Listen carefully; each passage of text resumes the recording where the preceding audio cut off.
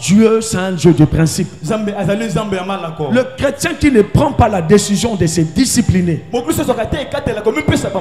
a signé le contrat de ses échecs. Premièrement, écrit ça.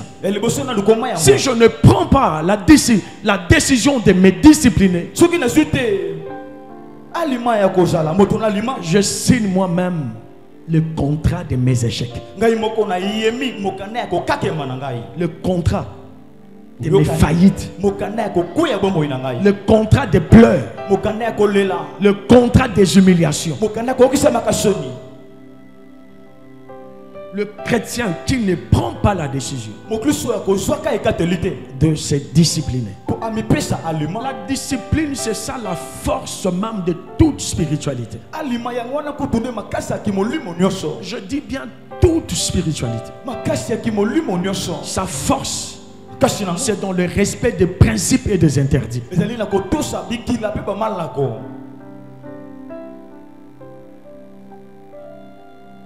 Dieu, il faut le prendre au sérieux.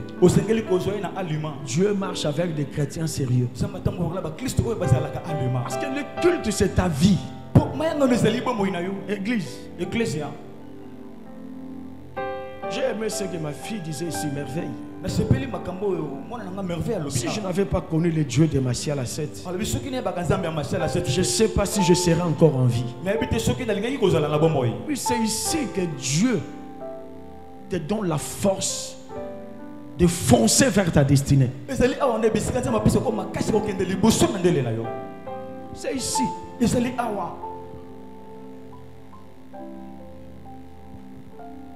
Dans chaque spiritualité, il y a des principes, il y a les interdits.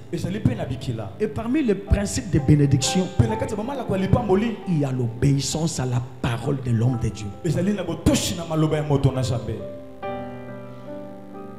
L'obéissance, c'est un secret.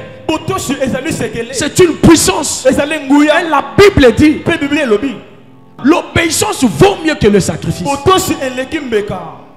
Beaucoup se sacrifient. Prière, jeûne, mais désobéissance. Jusqu'à ce que tu prendras Dieu au sérieux.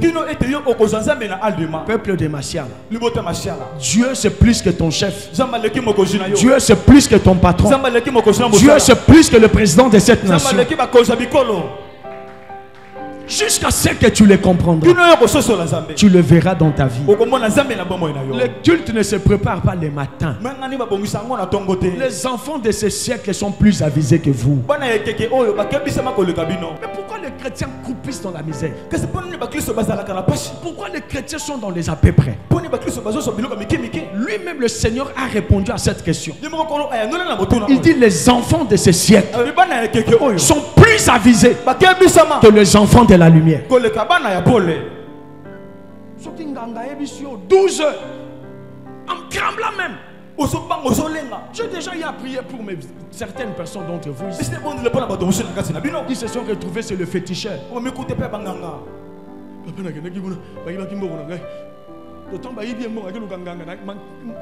Et puis à longueur,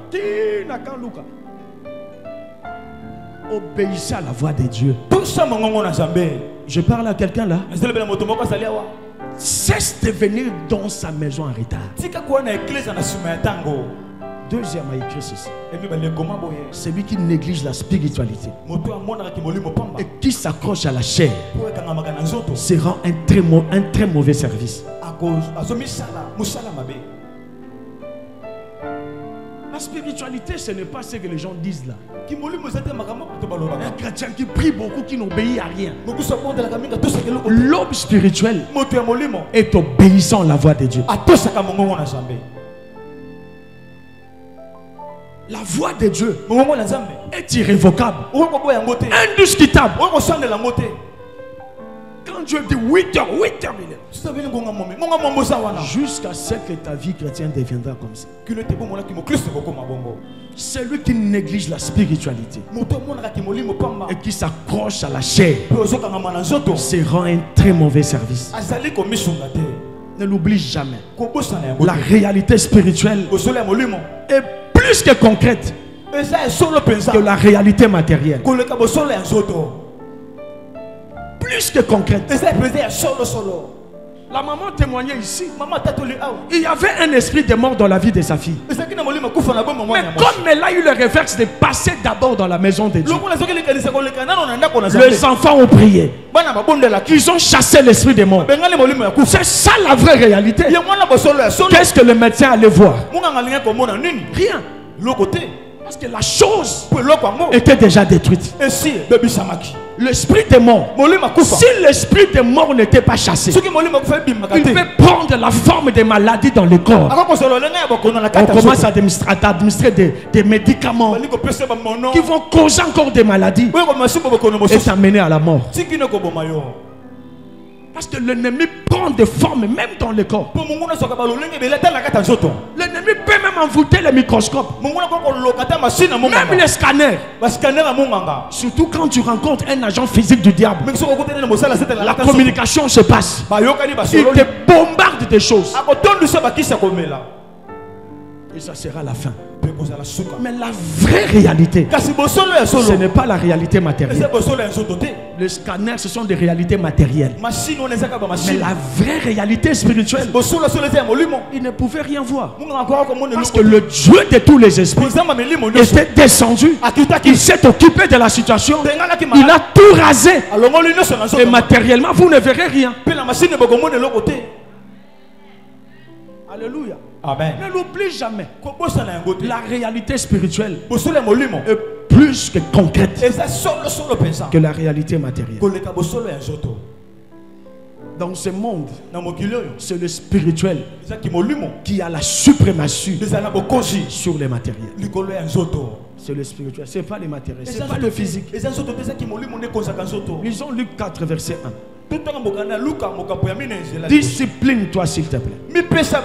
Luc 4 verset 1. Jésus rempli du Saint-Esprit revint du Jourdain et il fut conduit par l'Esprit dans le désert. Il fut tenté par le diable pendant 40 jours.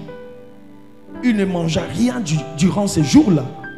Et après qu'ils furent écoulés, il eut faim. Donc après 40 jours, il a eu faim. C'est alors que le diable va se présenter. Il se présentera toujours. Pour la plupart des cas, quand tu seras dans les besoins. C'est par là que le Seigneur dit: ne vous souciez de rien. À chaque circonstance, faites connaître vos besoins par des prières et des supplications. Ne vous inquiétez de rien. Parce que quand le souci est liste domicile, c'est alors que le diable se pointe. Parce que le souci, les inquiétudes ouvre une voie à l'ennemi.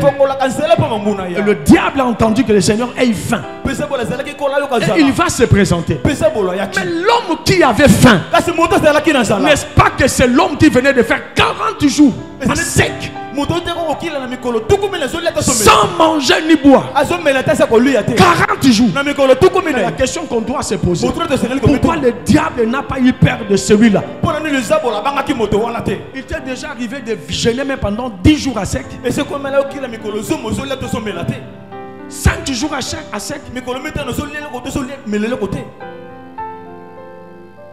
Si je disais à l'église de jeûner pendant 3 jours à sec, tel que je te connais, tu vas fuir.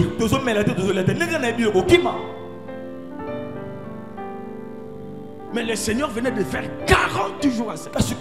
Et le diable va se présenter. Malgré ça, il se présente.